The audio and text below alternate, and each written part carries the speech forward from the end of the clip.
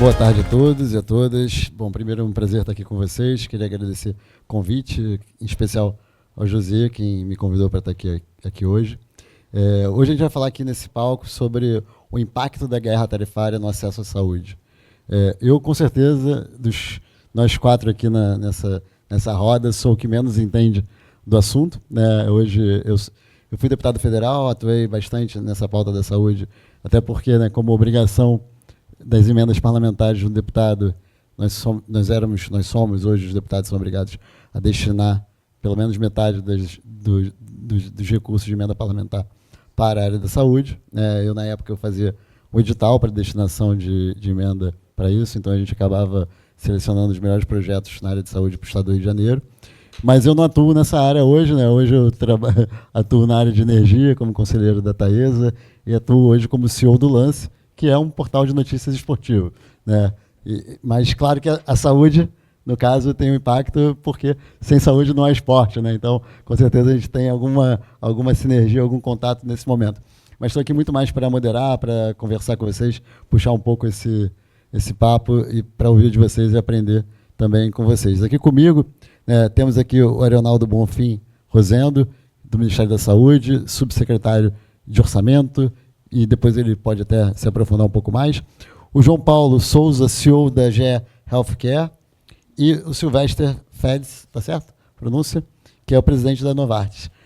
Estaria aqui também com a gente no palco o Juliano Pascoal, secretário de Saúde, secretário do Cefaz, da Fazendas Estadual, mas infelizmente ele não pôde comparecer.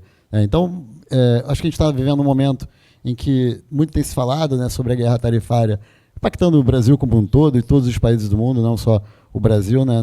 A gente, mais recentemente, entrou muito em voga esse tema por conta do tarifaço, mas, na verdade, esse tema ele é anterior a isso, né, com uma questão tarifária que se aprofunda cada vez mais, impactando a economia como um todo, né? Mas, com certeza, quando a gente fala de acesso à saúde, essa preocupação ela ainda é maior, né? Até porque isso a gente fala de vidas, fala da vida das pessoas, isso tem um impacto que todo mundo se preocupa, e isso pode ser algo negativo, né? E principalmente no curto prazo, geralmente o impacto que a gente sente ele é negativo, mas ele abre também oportunidades, né? Então hoje o papo aqui é sobre isso, né? Sobre desde como isso impacta o Brasil no curto prazo e também como isso pode surgir como oportunidade de longo prazo para o estabelecimento da indústria e todo o setor no Brasil, né?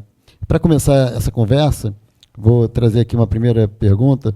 Vou começar aqui com você, João Paulo. Como é que você vê, né, como é que você enxerga essas questões comerciais, a guerra tarifária, né, e como é que isso pode impactar, né, desde custo, prazo, inovação e o acesso à tecnologia médica no Brasil? Bom, primeiro, boa tarde a todos. Obrigado a vocês que permaneceram aqui conosco a sexta-feira, esse horário, para a gente falar sobre um tema que é super importante. Está presente em todos os noticiários, a gente acompanha em todos os canais de notícia a todo momento falar sobre o impacto ou o potencial impacto que a guerra tarifária pode trazer, seja para a saúde ou para qualquer outro setor, né, principalmente da economia brasileira. Bom, meu nome é João Paulo Souza, eu sou líder executivo da GE Healthcare para a operação brasileira. Trabalhei por muitos anos com a operação América Latina também, então tem um pouco da correlação com outros países. Quando a gente fala da entrada de capital na América Latina, obviamente o Brasil tem um peso importante. Agradeço aos colegas que aceitaram o convite para estar aqui conosco falando sobre esse tema. A minha visão, né, e obviamente falando em nome da indústria, em especial 3 pilares aqui, a GE tem tanto a parte farmacêutica, quanto a parte de equipamentos para diagnóstico por imagem, quanto a parte de equipamentos para gestão de informação em unidade de tratamento intensivo e controle e gestão de equipamentos para anestesia e tudo que faz parte de tratamento intensivo.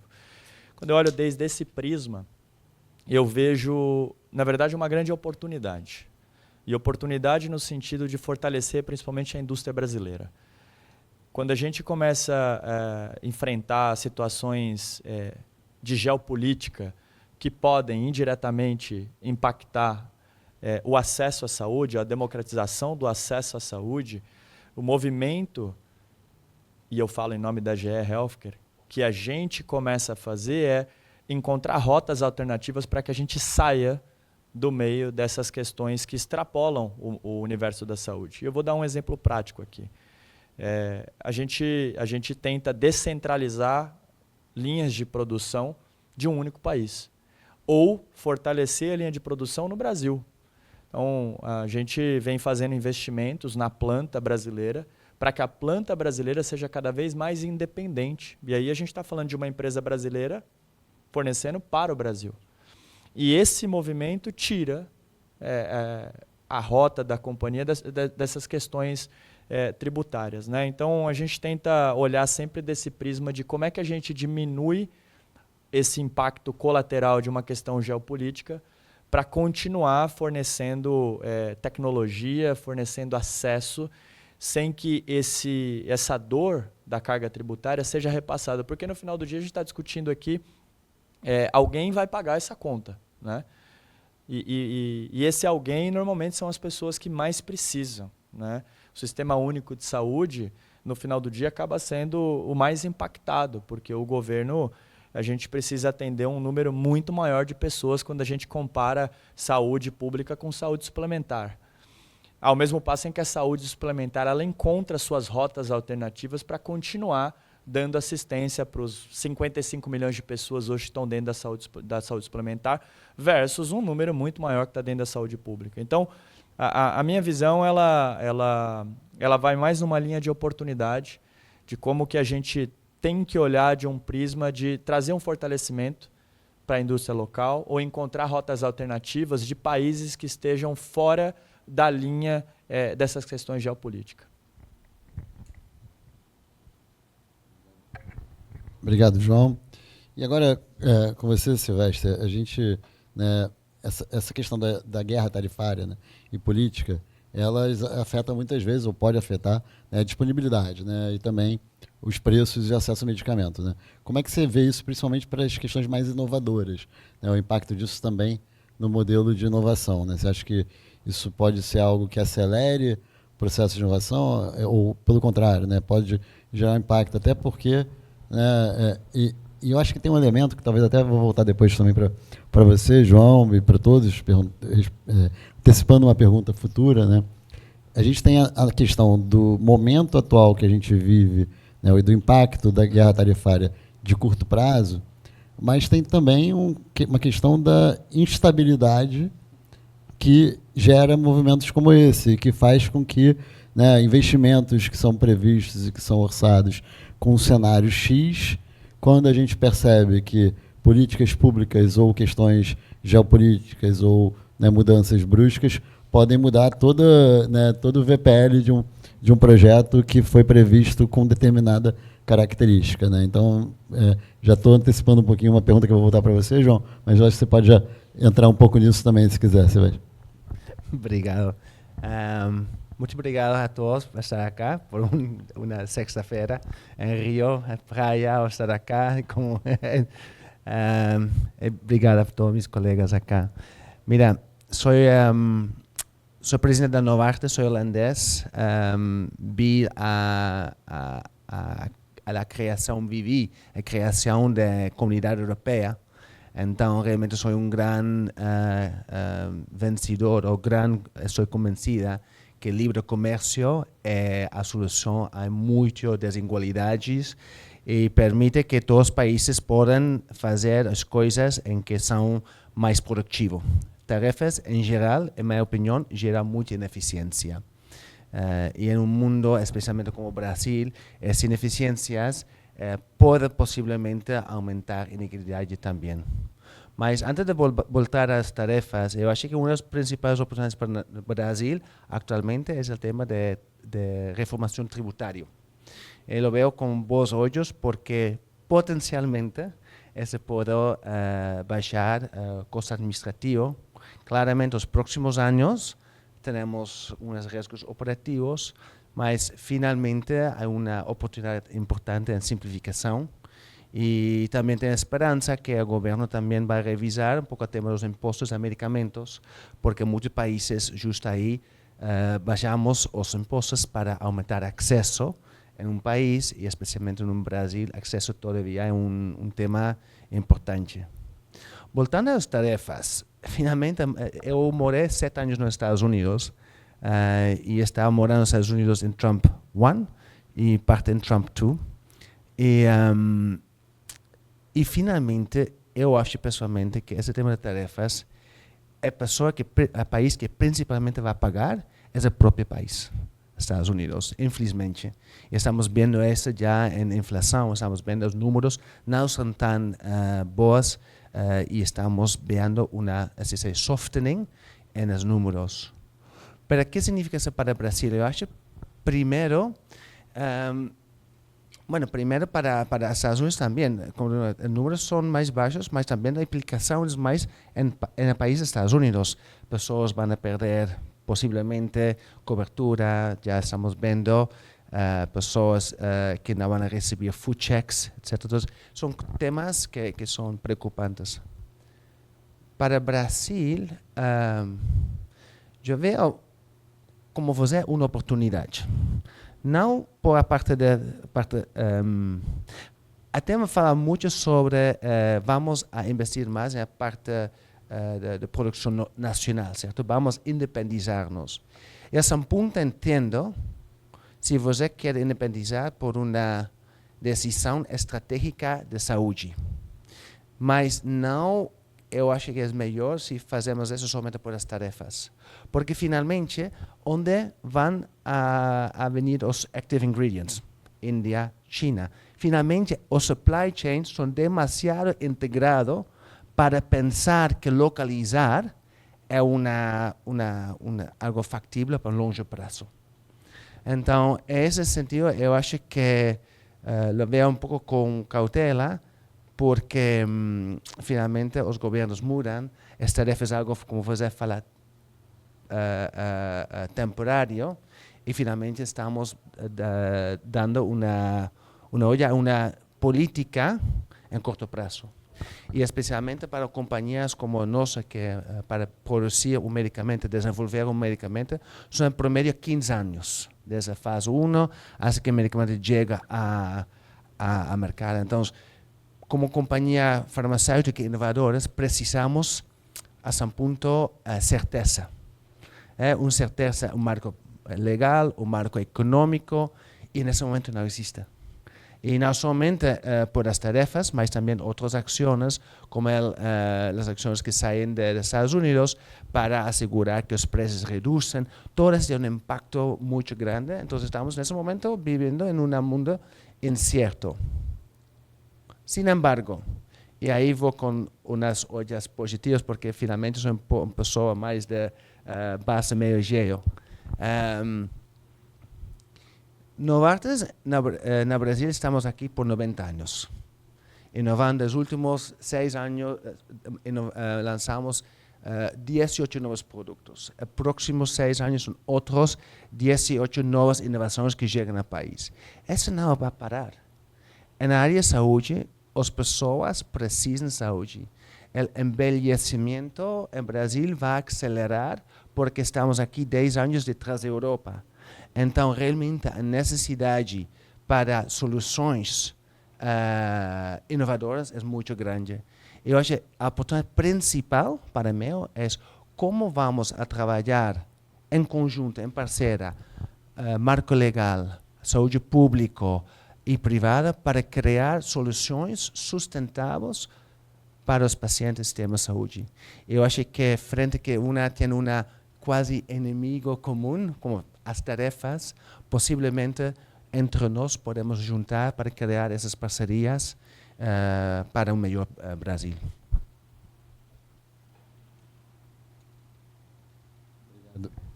Obrigado, Silvestre. Leonardo, agora a responsabilidade é grande, porque a gente tinha aqui 2 pessoas do público e 2 do privado, acabou que só sobrou o senhor aqui do público. Então, está representando aqui a visão do público como um todo, né? E, no seu caso, uma visão bastante completa, até pelo fato do orçamento da saúde do Brasil estar na sua mão, né? Então, acho que você, com certeza, sabe bem o impacto disso tudo para a saúde, desde daquilo que é verba direta, né, do SUS, ou do SUS, né? O SUS ele impacta também as redes estaduais e municipais, mas aquilo que é direto do governo federal, né, os hospitais federais, tudo aquilo que é o próprio governo que faz, ou aquilo que é repasse, né, tanto para os hospitais públicos quanto privados das redes locais, né? Então, como é que foi esse impacto? Como é que você vê isso no curto prazo, no longo prazo, na realidade, na prática, né? Como é que a gente está vendo isso para o Brasil nesses últimos anos ou meses? Bem, boa tarde a todos. Meu nome é Arionaldo, sou subsecretário de Planejamento e Orçamento do Ministério da Saúde. Já estou na saúde, já nessa área, há mais de 30 anos, exatamente nessa área. Estive fora durante 1 ano e pouco, dirigindo o Fundo Nacional de Saúde, mas sempre lidando com essa área de planejamento e orçamento. E confesso para você que essa preocupação que a gente está discutindo hoje, eu estou muito naquilo que até o João comentou aqui. Eu acho que a gente tem que sempre, e nós lidamos na saúde, no Sistema Único de Saúde, exatamente com desafios. Desafios de que forma? Você encontra barreiras, você precisa buscar elementos para ultrapassar essas barreiras. Então, isso aconteceu na época da pandemia, eu estava no ministério responsável por essa área, e nós enfrentamos durante 2 anos problemas que não tinha relação com as tarifas, mas tinha relação com a produção. Nós não tínhamos condições de comprar EPI, né? Os EPIs vinham basicamente da China e passavam pelos Estados Unidos, ou passavam por outros países e eram recolhidos porque todos eles estavam em busca do mesmo material. Então, aquilo ali nos ensinou muito, né, naquela época, porque a gente começou a pensar por que eu sou dependente de algo tão básico na saúde, que são os EPIs. Então, quer dizer, eu estou querendo pegar o exemplo do EPI para chegar em coisas muito mais importantes para a saúde, né, que são os equipamentos e, principalmente, medicamentos. Né, medicamentos, aliás, eu estava ouvindo aqui a palestra anterior e achei muito interessante. Aprendi um bocado ali com o desabastecimento do país com relação a medicamentos, ouvindo a apresentação anterior. E como é que a gente vai lidar com essa questão da área? Primeiro que eu acho que isso aqui é uma coisa momentânea, não vai ser permanente, até porque é isso que foi dito aqui pelo Silvestre. Quer dizer, isso está causando um problema seríssimo para o povo dos Estados Unidos, não é para o presidente dos Estados Unidos, para o povo dos Estados Unidos. Não é porque eu aprendi na faculdade, eu sou administrador de empresa, eu aprendi na faculdade que o que melhor regula a economia é o mercado. É o mercado. Tá certo? É a oferta e a procura. Então, a gente, o que tem feito? Né? Eu tenho trabalhado ao longo desses anos a questão de medicamentos. Vou pegar um exemplo de medicamentos.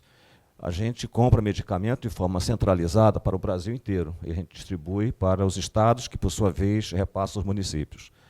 Por que a gente optou por isso aqui? Porque, primeiro, por conta de atender melhor a população, porque se o município for comprar os medicamentos de alto custo que ele necessita disponibilizar para a população, ele não vai encontrar com facilidade no local em que eles dispõem. Então, a gente tomou uma decisão, tempo atrás, de trazer para cá. Aí começamos a trabalhar com o Congresso na questão da legislação, porque, eu não sei se vocês conhecem, mas um processo para compra de medicamento dentro do Ministério da Saúde, ele às vezes demora de 6 a 7 meses para se concluir. E eu tinha a obrigação de só comprar para um período de tempo de 12 meses daquele medicamento. Então, quando eu terminava de fazer um processo, a gente já começava a fazer outro processo. Então, a gente ficava o tempo todo correndo o tempo de que eu não tinha condições de me planejar. A gente até brinca que, muitas das vezes, né, a Novartis e a GSK e outras companhias que transacionam com o Ministério da Saúde na questão do medicamento, tinha mais conhecimento do estoque que o Ministério tinha do que ele próprio, que é o normal, porque lá dentro do Ministério você tem várias áreas que cuidam daquela parte daqui. A empresa que fornece medicamento, não, ela sabe quanto que ela entrega e quanto que é o consumo que o Ministério tem. Então é facílimo ter esse controle. Então, eu estou até buscando uma parceria com essas empresas para poder trazer isso aqui. Por que eu estou dizendo isso? Porque é uma coisa fundamental para a gente trabalhar na área de orçamento. E aí eu vou dar mais informação para vocês. O orçamento da saúde, que está hoje no Congresso Nacional, é da ordem aí de aproximadamente 200 250 bilhões de reais para o ano que vem. O orçamento desse ano é 240 bilhões de reais para este ano. Então, o que eu quero dizer com isso que está aqui, tá certo? Ou a gente se planeja para dar conta disso daí, para dar conta de toda a demanda que a gente precisa, ou a gente não vai dar conta disso daqui. E para se planejar, uma das coisas fundamentais que a gente entende é a gente saber quanto eu preciso dispor, quanto eu tenho, né, de estoque daquilo que eu preciso distribuir. Então, o que a gente entende também com essa questão de equipamentos? Primeiro, que nesse momento, equipamentos, a gente não tem nenhuma demanda mais urgente que tenha sido afetada, né, pelas tarifas impostas pelos Estados Unidos. Agora, onde que a gente trabalha com relação a isso aqui? Sempre, né, na quantidade. Então, quer dizer, quando a gente vai comprar qualquer medicamento, nós não compramos medicamento da empresa, né, ali do lado ou dentro do Estado. Quer dizer, a gente procura as empresas mundiais que produzem aquele medicamento e vamos discutir, porque vou dar um exemplo daqui da questão do sangue. Vocês devem ter aí visto aí o programa do Ministério da Saúde, da radioterapia, em que nós investimos aí durante 6 anos para comprar praticamente 100 soluções de radioterapia para o Brasil inteiro, disso daí. Nós negociamos com a empresa e nós estamos comprando hoje ainda, por conta desse contrato que foi firmado há 10 anos atrás, 2012, né? Eu acho que foi. Com valores muito menores do que praticados hoje. Então, como a gente vai enfrentar também aqui, se persistir, eu não acredito que vai persistir isso daqui, acho que vamos ter uma solução entre as partes, que aliás está acontecendo em diversos outros países, o Brasil não vai ser diferente, e a gente vai buscar. E o Ministério da Saúde, por ser, como é que se diz, a mola indutora mestra, né, do Sistema Único de Saúde, onde envolve, né, a visão do Brasil inteiro, né, o Estado vê os municípios do Estado, o Brasil vê toda a população, o Ministério da Saúde vê toda a população do Sistema Único de Saúde. Então, a gente tem cada vez mais usar esse poder, né, que é muito grande de compra, para discutir com os fornecedores, seja de medicamentos, seja de equipamentos, para obter o melhor que a gente possa apresentar para a população que necessita do Sistema Único de Saúde. Perfeito. Vou continuar com o senhor, só para complementar uma coisa que o senhor trouxe, foi a questão da previsibilidade, né? Falou muito da previsibilidade de estoque, né, de ter isso, mas tem uma previsibilidade também orçamentária, que apesar de a gente ter uma dotação orçamentária que obrigue ou que exija um dispêndio grande na área de saúde, isso tanto daquilo que é de autonomia do Poder Executivo, tem uma parcela grande do orçamento que está na mão do Congresso, né?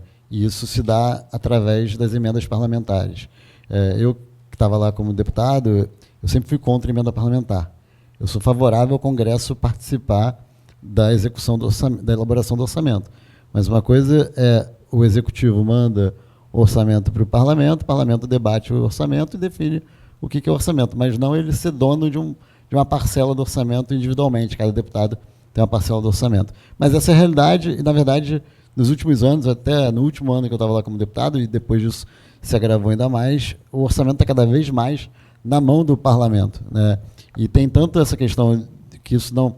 Independente até do tema que eu estava abordando, que é o uso disso politicamente, mas isso acho que diminui também a previsibilidade do governo em relação ao recurso que vai para a saúde e para as outras áreas, né? E tem um ponto também, né, que impacta isso, que é a questão anual, né, a anualidade dessas despesas. Como é que o senhor vê isso, né, na previsibilidade, essa questão das emendas dentro da execução do orçamento? Bom, vou dar um dado para vocês aqui. As emendas parlamentares previstas para esse ano do governo federal são 50 bilhões de reais. 26 bilhões de reais estão na saúde. Para vocês terem uma ideia, toda esplanada, todo o Poder Executivo, 50 bilhões de emendas. 26 bi é na saúde. Eu não sou contra, em hipótese nenhuma, as emendas, acho que é um direito do parlamentar, que é representante da população, olhar para a sua localidade e poder, né, indicar possibilidade de melhoria para aquela população que ele representa, tá Tá certo? Então, acho que está na Constituição o direito dele emendar o orçamento, então não vejo como não poderia deixar de ser a importância das emendas parlamentares. O que eu vejo com reticência e que não acho que é correto é as emendas parlamentares onerarem aquilo que a Constituição disse que era o mínimo a ser aplicado em ações e serviços de saúde. É essa parte que eu sou muito crítico com relação a isso. Por quê? Para mim, eu tenho um mínimo pela Constituição, hoje é 15% da receita corrente líquida, a União aplica em ações e serviços públicos de saúde, e desses 15% é retirado 26 bilhões de reais para colocar em emendas parlamentares dentro da saúde. Então, a minha reticência com relação a isso daqui é exatamente nesse ponto. Eu acho que as emendas parlamentares deveriam vir de forma suplementar aquilo que é o mínimo, porque não é o máximo que eu tenho aplicado pela Constituição, é aquilo que é o mínimo que é necessário para atender a população. E aí eu acho que, em sendo suplementar a esse mínimo, seria muito bem vista. Não sendo dessa forma, e aí eu entendo a razão de ser que a área econômica não conseguiria trazer para dentro do orçamento aprovado um volume tão grande de emendas parlamentares, sem ferir, né, o regime de gastos que está em vigência no momento, porque ia tirar mais recursos ainda de outros ministérios que nós, saúde, colocaram na saúde. O que a gente vem fazendo também em cima daquilo que a gente está discutindo aqui hoje? Como é que eu consigo fazer para transpor o problema que a gente está tendo hoje daqui?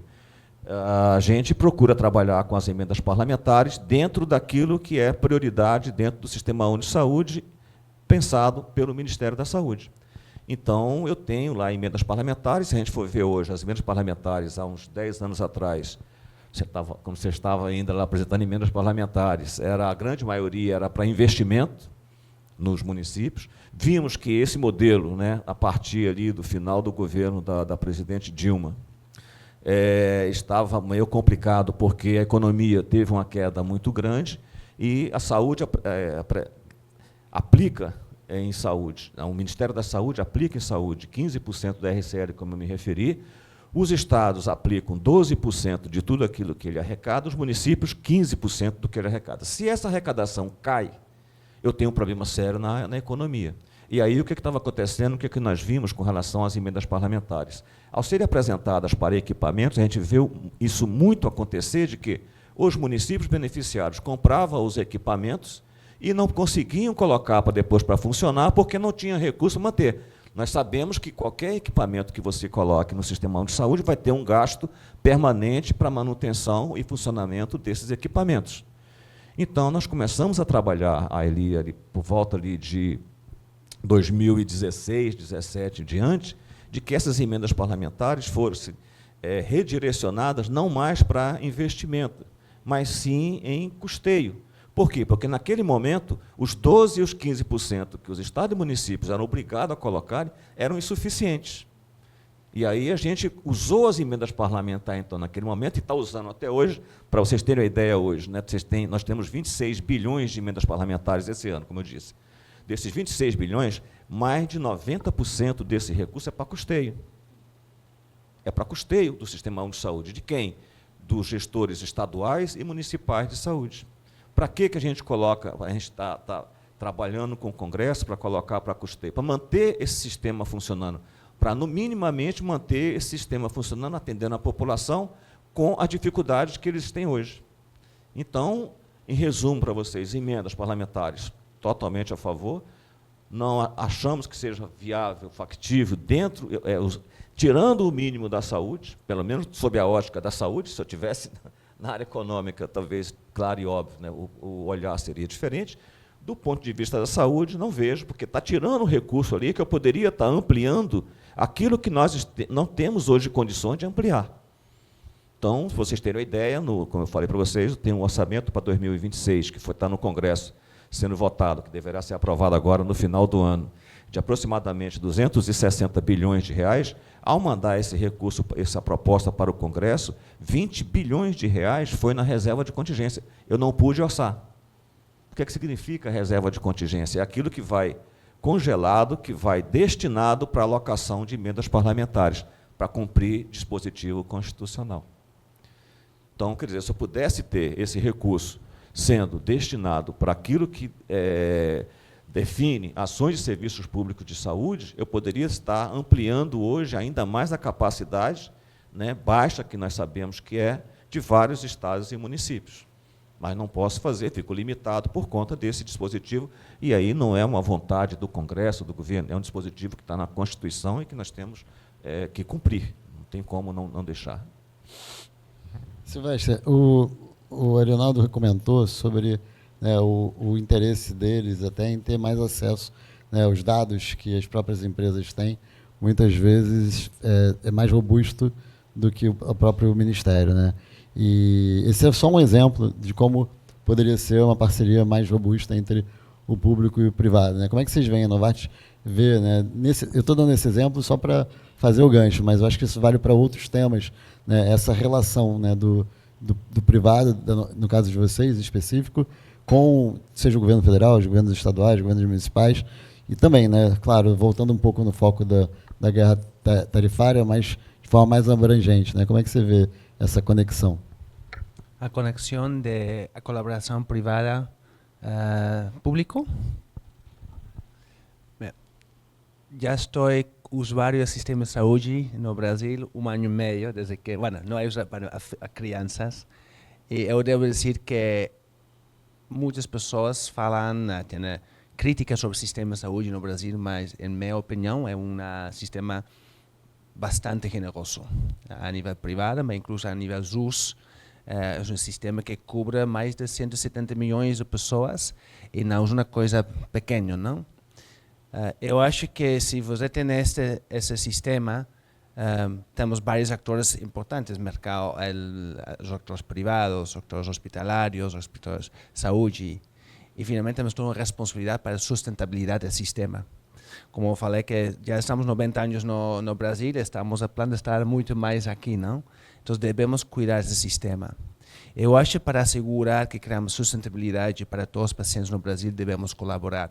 Há muita ineficiência no sistema, ineficiência nos dados, por exemplo, é um sistema muito fragmentado, mas infelizmente também há muita ineficiência por falta de confiança. Finalmente, que falar ontem, uma coisa como estrangeiro, quando chego aqui estou negociando, devo dizer que o win-win, que é 50-50, em Brasil é 51-41, a favor de outro, não? Então, como podemos realmente construir essa confiança entre nós?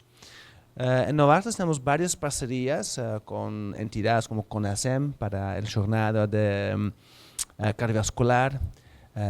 Temos uma plataforma Prisma em que colaboramos com estados de saúde e comunidade científica para entender, usando dados SUS, para como é a jornada de paciente câncer de mama, para entender realmente onde ficam esses problemas nessa jornada e como podemos ajudar em que essa jornada cada vez é mais pequena, porque há uma realidade que a paciente de câncer de mama mora mais rápido fora das cidades que dentro das cidades, porque não há mesma eficiência nesse sistema. Então, eu acho que tudo começa com criar parcerias públicos-privadas para, primeiro, gerar confiança e, dois, realmente entender onde ficam essas ineficiências, porque eu acho que muitas vezes falamos sobre os preços dos produtos que o governo procura, que compra, mas não falamos muito sobre ahorros que podemos gerar entre todos se trabalhamos em conjunto. Eu acho que um exemplo concreto para nós, recentemente firmamos acordo de risco compartilhado para uma doença AME, que é bastante rara, é um produto génica, que é um produto custoso. Mas a raiz desta negociação, que dura mais ou menos 3 anos, e não só por a complexidade do modelo, mas também porque devemos gerar a confiança, finalmente firmamos em que o governo tem um acordo em que pode pagar de forma parcelada relacionada a clinical outcome. Clinical outcome é desfecho, isso. Então, esse dá predictibilidade e dá também uma segurança que o governo só paga se funciona.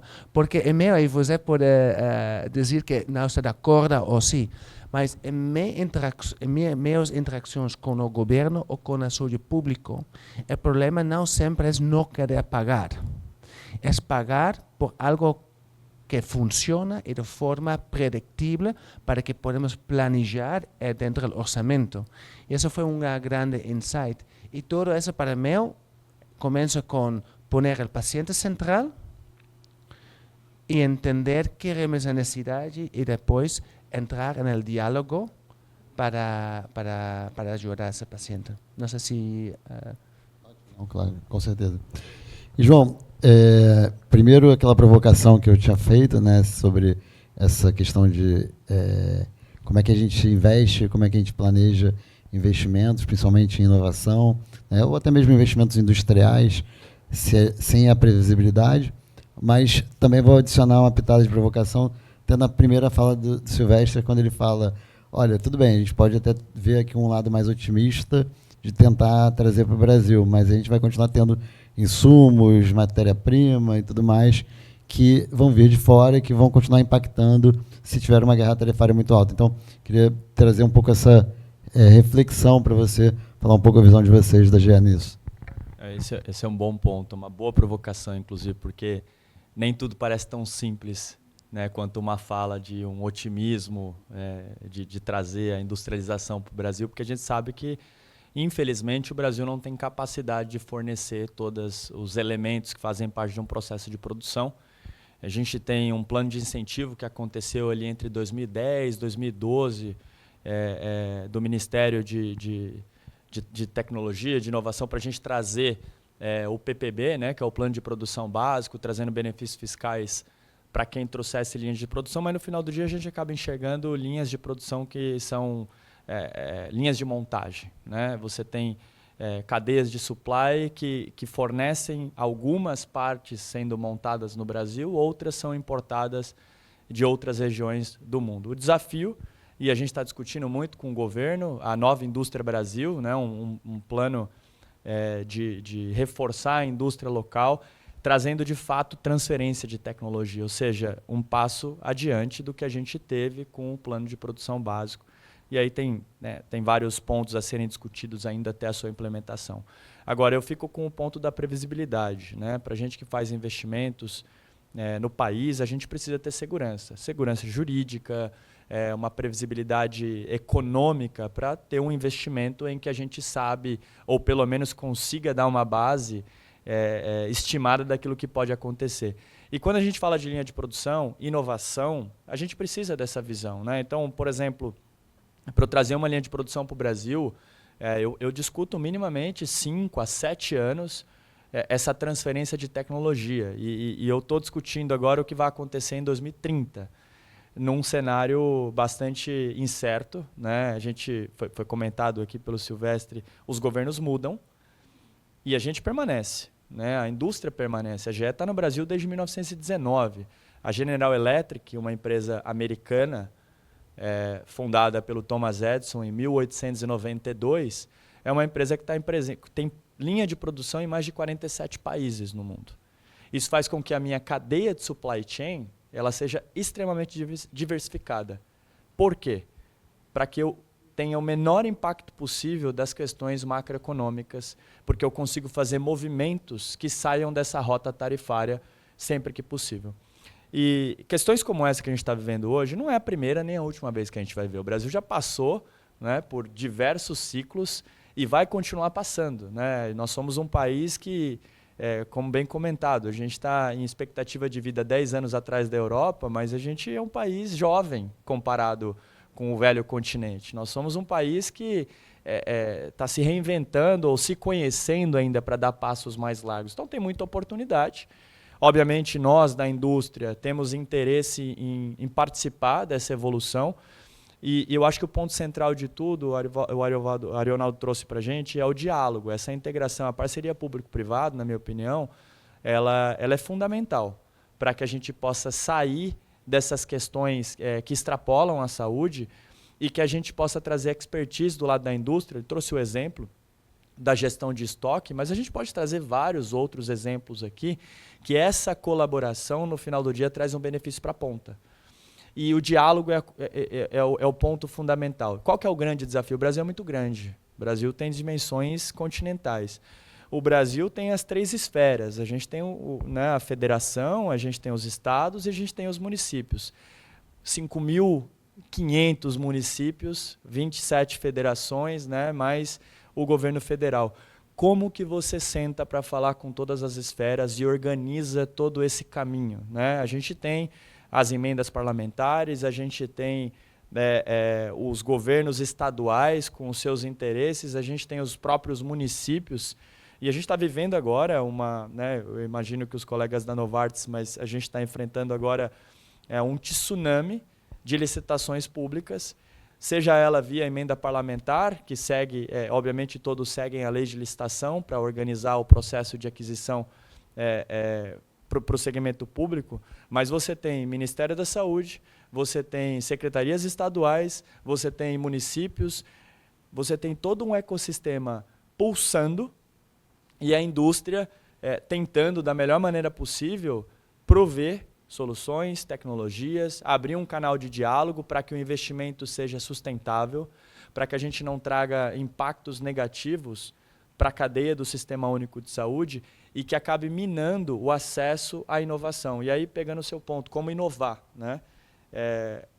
De novo, parceria público-privado. A gente tem vários exemplos de parceria com universidades, com hospitais que estão ligados a universidades para que a gente possa usar benefícios fiscais. A gente tem a lei do bem, a lei da informática, vários outros benefícios que não obrigam, mas incentivam a indústria a reinvestir no próprio país.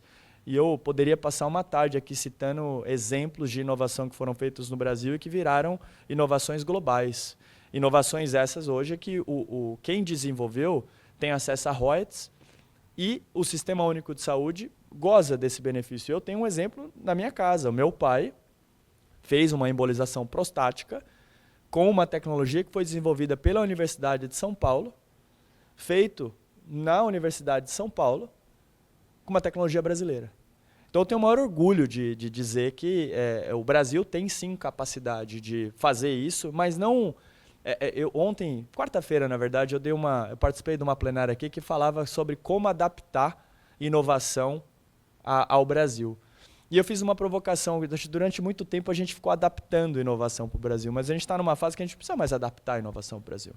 A gente inova no Brasil para o mundo. Então não é mais uma questão de adaptação.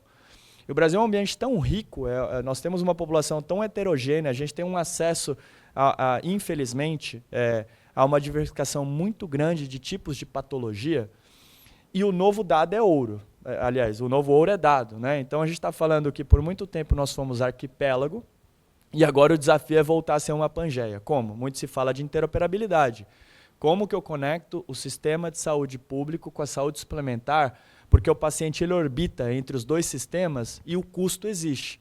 Como que através dessa interconexão de dados a gente começa a trazer um pouco mais de sustentabilidade para a cadeia como um todo e todo mundo se beneficia com isso. Então, no centro disso tudo, para mim, alguns pontos importantes. Crises macroeconômicas, crises domésticas sempre vão existir. Nós estamos no Brasil há muitos anos e sobrevivemos a esses ciclos. Diálogo, para mim, é um ponto fundamental entre o governo, entre a indústria e entre todos que fazem parte do ecossistema. Por isso que as parcerias público-privadas, a gente tem vários exemplos de sucesso e eu tenho certeza que muitos outros virão para fazer a inovação acontecer.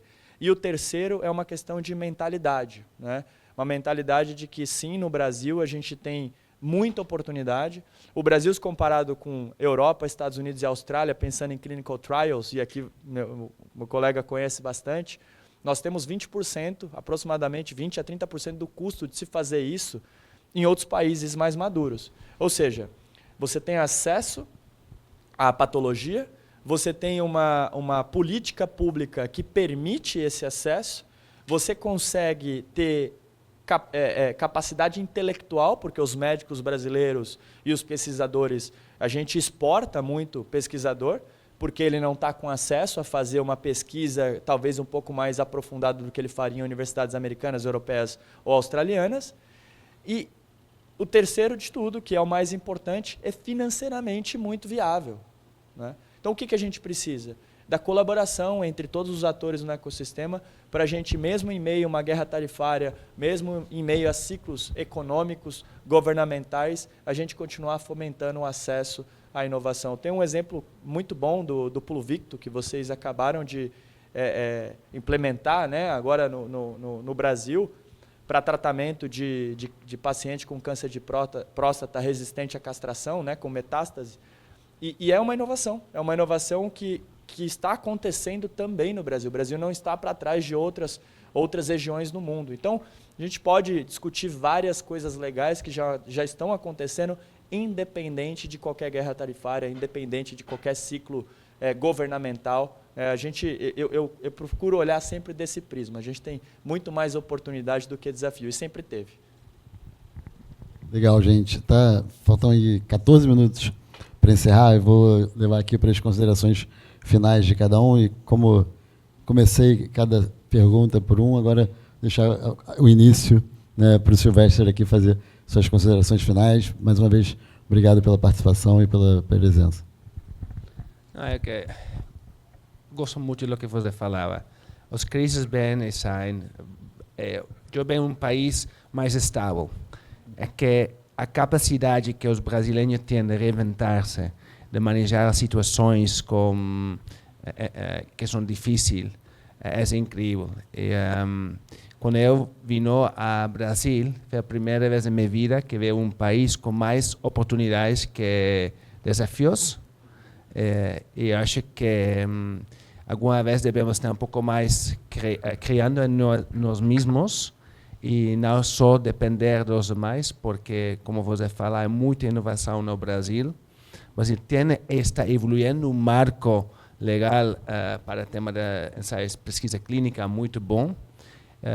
Finalmente, sim, é um país com desafios e com seus problemas, mas se seguimos nesse tipo de fórum, conhecendo e gerando esse tipo de relações, essa forma para criar as soluções para o futuro. Obrigado. Agora, João. Concordo com o que o Silvestre elencou. Diálogo, acho que é a porta que a gente precisa abrir cada vez mais para a gente poder continuar fornecendo o que eu gosto de dizer, que é democratizar o acesso à saúde, ou democratizar o acesso à informação, e principalmente transformar a informação em conhecimento, né? Eu gosto muito da frase que informação é saber que tomate é uma fruta, conhecimento é saber que você não coloca tomate numa salada de fruta. É uma frase relativamente engraçada, mas ela é muito verdade, porque eu vejo, a gente acaba identificando no nosso dia a dia, interagindo tanto com a área privada quanto com a área pública, muita ineficiência, não por falta de informação, mas por falta de conhecimento. Então, a informação ela está aí e vai estar cada vez mais. A gente, na palma da mão, tem acesso a uma inteligência artificial generativa, seja Gemini, seja ChatGPT, seja qualquer outra, que traz para a gente informação a todo momento. Agora, como a gente traduz isso em conhecimento? Dialogando, trocando as perspectivas, conectando, fazendo isso de uma forma cada vez mais ampla. Esse é o grande desafio do Brasil. Quando a gente vai para a Europa, eu sempre gosto de dar o exemplo, você pegar um voo de Lisboa até Moscou é um voo de 3 horas e meia. Se você voar de Porto Alegre até São Luís do Maranhão, provavelmente você vai fazer um voo de 5 horas e meia, né? Então, se pegar também as pontas do Brasil, como ter um diálogo considerando as especificidades de cada sub-região do Brasil, porque essa é uma outra questão também. A realidade que a gente vive no Rio de Janeiro e em São Paulo é completamente diferente do interior do Piauí, né? Ou do norte do Brasil ou qualquer outra região. Então, não é fácil. O Brasil ele é desafiador exatamente por isso. Não acredito que a gente vá achar um ponto ideal no curto prazo, mas eu acredito muito no avanço, e um avanço com previsibilidade, um avanço com segurança na medida que a gente conversa. E eu acho que hoje o momento é muito favorável. Eu vejo um movimento positivo do Ministério da Saúde. Acho que o Ministério tem um movimento muito acertado em consolidação. Acho que por muito tempo a gente teve no Brasil o exemplo do que se faz na área farmacêutica, começa a ser feito com equipamentos, né? Você citou o exemplo da radioterapia. Eu, por acaso, participei disso há muitos anos atrás. Eu conheço muito bem os colegas da Varian, que foram vencedores do processo. Mas eu vejo hoje movimentos com o PAC, que tem agora 10 mil sistemas de ultrassom sendo adquiridos para disponibilizar para os hospitais públicos. Tem uma discussão com 80 tomografias computadorizadas, entre vários outros hospitais universitários, através do EBSER, também fazendo seus movimentos, muito semelhante ao que acontece no México. E o México é um case interessante, porque você tem os centros fazendo essas compras centralizadas e distribuindo. Isso dá poder de barganha para o Ministério da Saúde, pelo volume, e isso dá para a indústria maior acesso, visibilidade, porque, de novo, como que eu enxergo 5.500 municípios? Qual o tamanho do investimento de infraestrutura e de capital humano eu preciso ter para eu conseguir fazer isso? Obviamente, a gente não vai conseguir. E aí é um perde-perde, né? Porque provavelmente vai ser feita uma aquisição que possivelmente não é a mais adequada ou não a melhor que ele possa fazer com aquele dinheiro que está disponível. E, no final do dia, quem é penalizado é a população. Ninguém faz uma troca de equipamento a cada 2 anos. Né? O investimento é feito para 10 anos. Então, ele precisa ser acertado. E tudo isso só vai acontecer, na minha opinião, fechando a minha fala aqui, diálogo. Diálogo, para mim, é o ponto central, o ponto fundamental. Por isso que fóruns como esse permite que a gente se conecte, que a gente saiba quem é quem, mais do que na rede social, mais do que nos meios de comunicação, mas que a gente olhe no olho um do outro e se coloque à disposição para poder falar sobre os próximos passos. Obrigado, João. Obrigado pela presença, pela participação. Agora, para concluir aqui nosso último, ou primeiro, né, participante. Bom, gente, eu me tenho como um privilegiado na administração pública federal, porque eu estou há 35 anos tomando conta depois da Previdência, o maior orçamento do país é o da saúde. Né? E passei antes da emenda constitucional número 29, que foi em 2000, e vi a situação que era antes, que nós tínhamos, ou seja, de falta de credibilidade total nos prestadores de serviço, porque aquilo que eles prestavam, a gente não pagava, atrasava o pagamento. Então, eu vi isso aqui acontecer e tenho na minha mentalidade que eu preciso mudar esse cenário. De que forma? Investindo em confiança, credibilidade, certo? Credibilidade, confiança e pagamento dentro daquilo que foi pactuado. Nós temos 6 hospitais, nós temos 3 institutos, né, que são de referência. Nós temos uma empresa pública no estado do Rio Grande do Sul, nós temos uma fundação no Rio de Janeiro, a Fiocruz, e temos 26 estados da Federação, Distrito Federal e 5.570, porque nós mandamos recurso para 5.570 municípios para atenção básica. 5.570. Então, essa é a responsabilidade do Ministério da Saúde. Todos os dias da minha vida, eu trabalho na seguinte situação. Se um hospital do Ministério da Saúde comprou qualquer tipo de coisa, ele tem que pagar dentro daquilo que foi pactuado naquele contrato. Então, por que eu invisto nisso daqui? Porque a gente leva, como eu estou levando agora aqui, 35 anos para conseguir alcançar esse tipo de credibilidade. Um mês eu perco essa credibilidade se eu deixar de cumprir. Então, o que a gente tem muito de crítica para o Brasil é isso, os contratos não são honrados, não são continuados. Olha, eu posso garantir para vocês, na área da saúde é raríssimo isso acontecer, raríssimo acontecer. Por quê? Porque com o advento de uma emenda constitucional que assegura um mínimo para a saúde, a gente tem uma coisa que é previsibilidade. E com planejamento, você tem como fazer um trabalho em que você busca parceria, e a gente busca o tempo todo a parceria privada, Gostei de ouvir aqui, né, da parceria público-privada. Nós investimos aqui em medicamentos fortíssimos, nós temos várias parcerias público-privadas. O resultado não é o que a gente esperava, mas é um desafio que a gente tem que melhorar, não acabar, mas a gente tem que melhorar, porque a gente precisa obter resultado disso daí, e a gente não está tendo os resultados esperados daqui. Temos parceria do Complexo Produtivo, você falou do PAC. A gente tem um investimento ali no Complexo Produtivo na ordem de 1 bilhão nos últimos 4 anos. Nunca a saúde investiu tanto em tecnologia no Complexo Produtivo como foi feito nos últimos 4 anos. Quer dizer, a gente vai ter resultados daqui nos próximos, a médio e longo prazo, com certeza absoluta. Agora, nós só vamos ter esses resultados se a gente, na parceria público-privada, a gente honrar contratos, honrar compromissos, da gente falar, olhar no olho e falar o seguinte: olha, eu não posso te pagar hoje, mas olha, na segunda-feira eu estou te pagando. E aí você se programa e na segunda-feira eu cumpro com isso daqui. Então, na minha área, eu tomo conta, gente, do planejamento, do orçamento e do financeiro do Ministério da Saúde. Essas 3 áreas estão sob a minha responsabilidade. 3 áreas. Todas elas a gente trabalha com o mesmo prisma de responsabilidade. A gente não tem que fazer tudo, mas o que a gente fizer, a gente tem que fazer bem feito. Então, esse é o compromisso que nós temos, pode ter certeza, prazer enorme de estar com 2 representantes aqui, né, de uma área tão importante para a saúde, não preciso dizer aqui a importância disso que vocês têm para a saúde, e a parceria que a gente precisa ter sempre, exatamente mantendo isso daqui. Quer dizer, eu tenho uma secretaria de Ciência e Tecnologia que está o tempo todo em contato com o complexo produtivo do país, né, buscando, né, investir cada vez mais, buscando saber, né, a capacidade que tem de ofertar ao país, quais são os preços que temos para obter, e aí aí é que está o principal.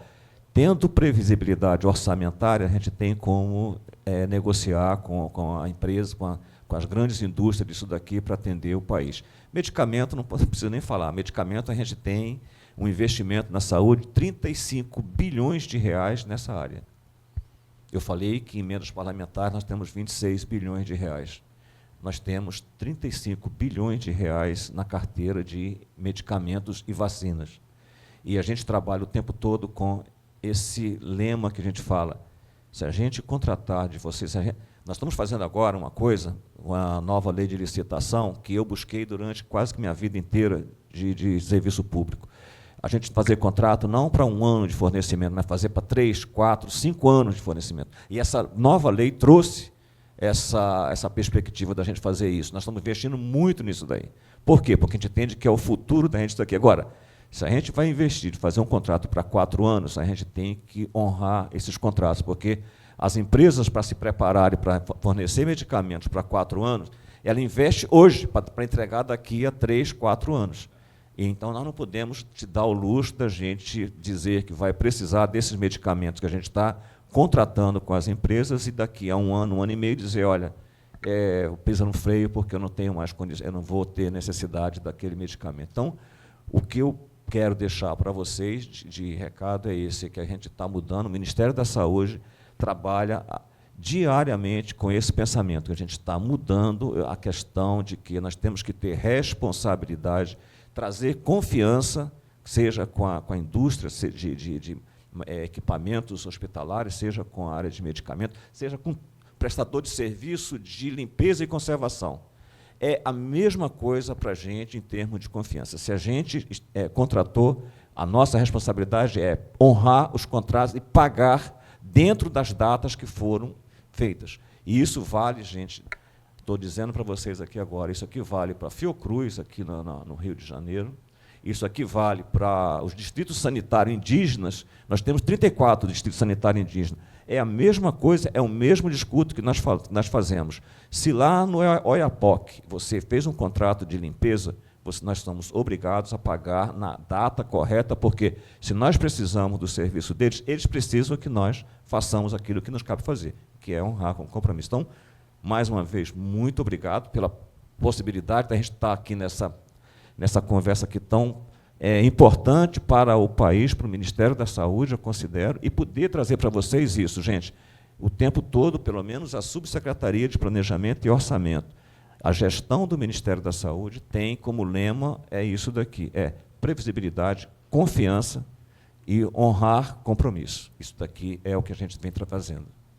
Muito obrigado a todos, obrigado também, né, não só a Leonardo, Silvestre, João Paulo, mas também o Ministério da Saúde, a Novartis e a GE pela presença e também obrigado, agradeço ao José, a Iniciativa FIS, ao Fórum aqui pelo convite. Prazer estar aqui com vocês, falando de um tema tão importante, né? Saúde, acho que é fundamental. Eu, apesar de não ser um profissional da área de saúde, fui alguém que fui muito atendido pela área de saúde ao longo da minha vida. Meu pai era um profissional da área de saúde, meu pai era dentista, né? Então, com certeza, é um tema que para mim é muito caro. Então, obrigado a todos e bom final de semana.